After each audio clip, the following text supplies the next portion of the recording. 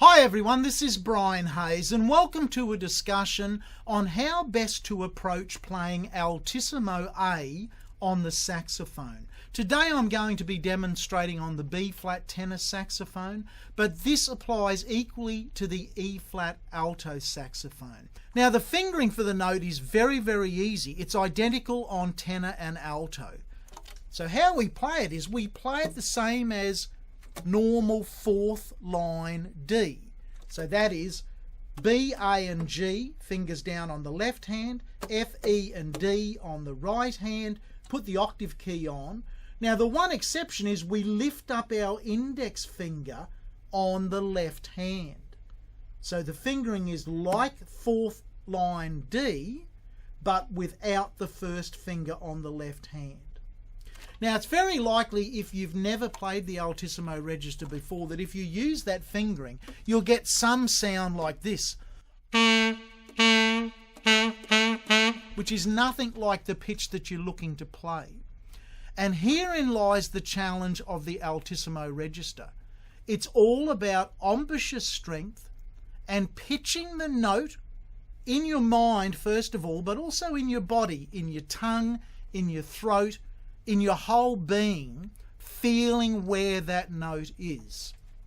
It's not about brute strength, but there certainly is an increased level of strength required in your embouchure to play in the Altissimo register.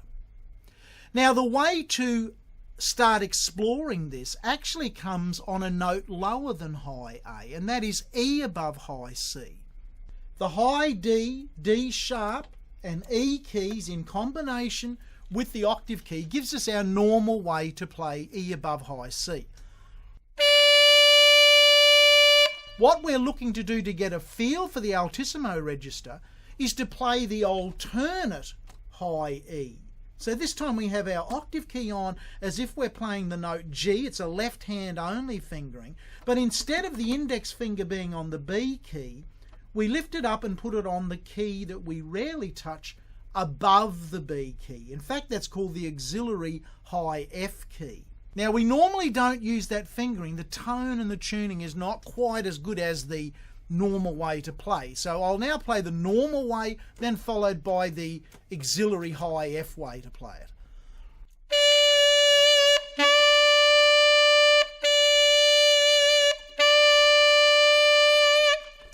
So you can hear the optional way to play high E is a little hollower in tone and the tuning is not quite as good.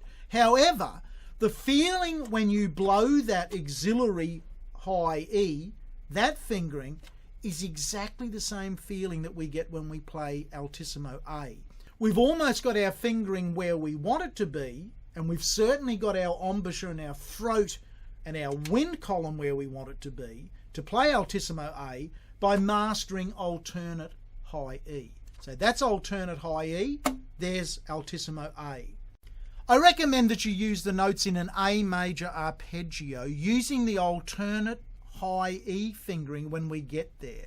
So A, C sharp, E, A, C sharp, E, Altissimo A.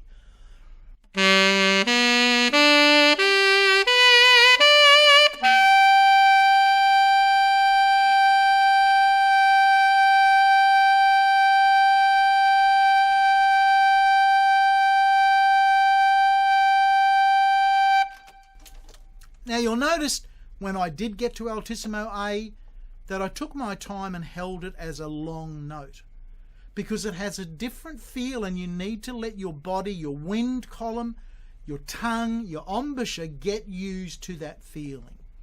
Now we can also do that exercise using an A minor arpeggio, A, C and E instead of A, C sharp and E. Do the same thing.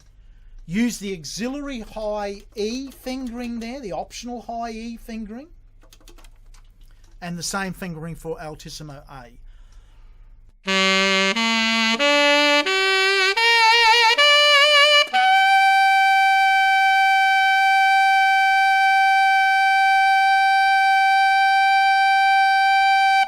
Now it's not about biting down or clamping down on the mouthpiece, chewing it.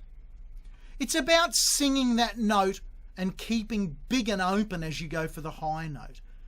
So if we tried to sing, so da, if we sang the minor, and I'll only sing it in one octave, I can't sing 2 octaves of that, but da, da, da, da. Keep that big open channel of air, big full feeling in your body, big relaxed feeling. I hope you've enjoyed that. Put it into practice. You'll find that once you master Altissimo A, most of the other notes above that and below it are much easier to find. Bye for now.